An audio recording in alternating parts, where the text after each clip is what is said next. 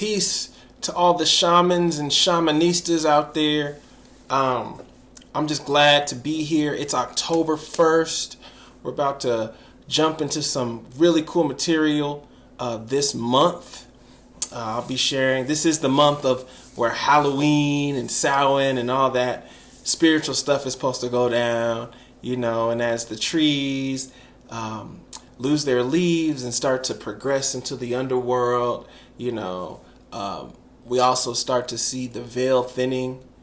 And the theory or the belief is just that, you know, contact between our world and the other side is a lot more open, you know. It's and so I want to go into that. It's been a huge theme in my life, you know, like my whole life has been the veil being thin. And so I want to share some of my experiences with, you know, astral travel, with, you know, spirit communication, with nature spirits and the spirit of the herbs, and how the herbs have aided me in my spiritual journey. I was having some knee issues that really, really bugged me, you know.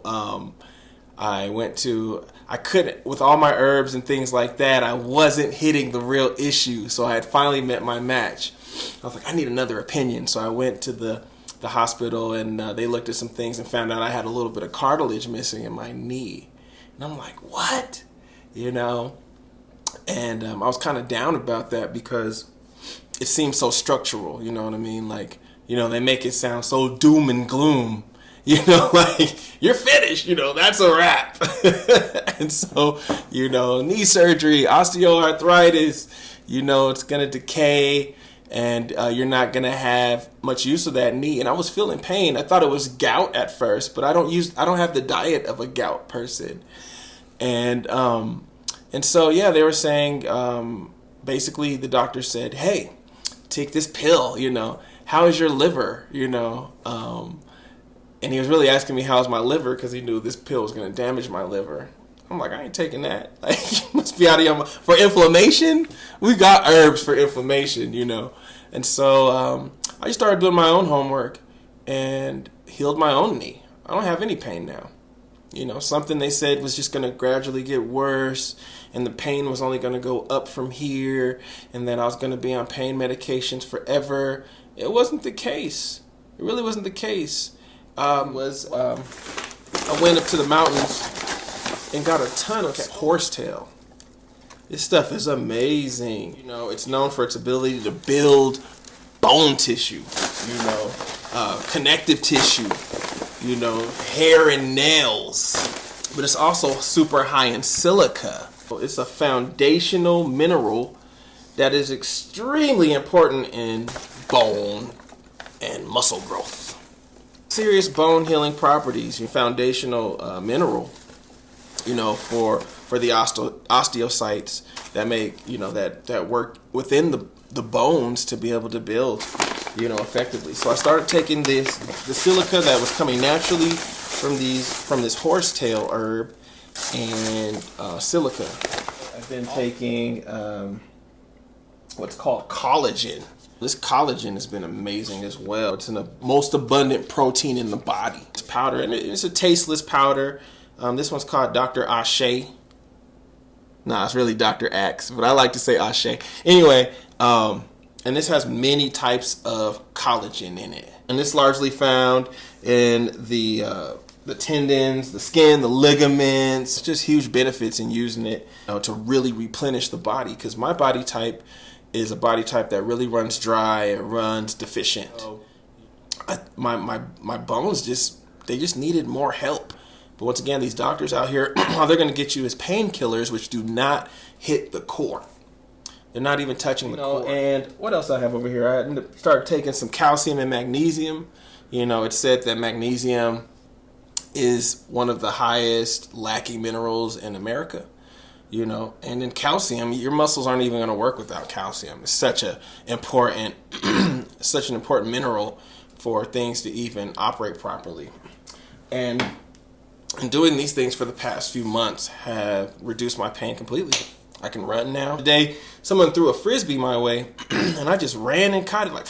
I'm like, oh snap, I'm back. You know, doctors are talking about knee surgery, knee replacement, anti-inflammatory pills, you know, all these different things that mask the core. And see, that's the problem with a lot of the Western approach is like, it's like, oh, let's take care of this topical thing. Instead of looking for deficiencies, you know what I mean, and finding out what the body needs in order to heal itself, they're like, oh, let's just give you a robot knee. So you'll be, you know, reliant on us. Let's cover it up with some pain meds so you could just jack your knee up. So, man, I've bought myself a lot of time with this. And it's important as we get older that we start really paying attention to our deficiencies. And, you know, some things that can help with that early in life is medical astrology is really good with that. Also, just looking at the family, looking at your family history and really saying, hey, what does my mom go through? What did my great grandma go through? My mom has the same knee issues. You know what I mean? And, you know, on my dad's side, there's a lot of eye issues. Everybody has glasses. So, like, you know, you collect that stuff genetically. And so, but you can counteract that with knowledge.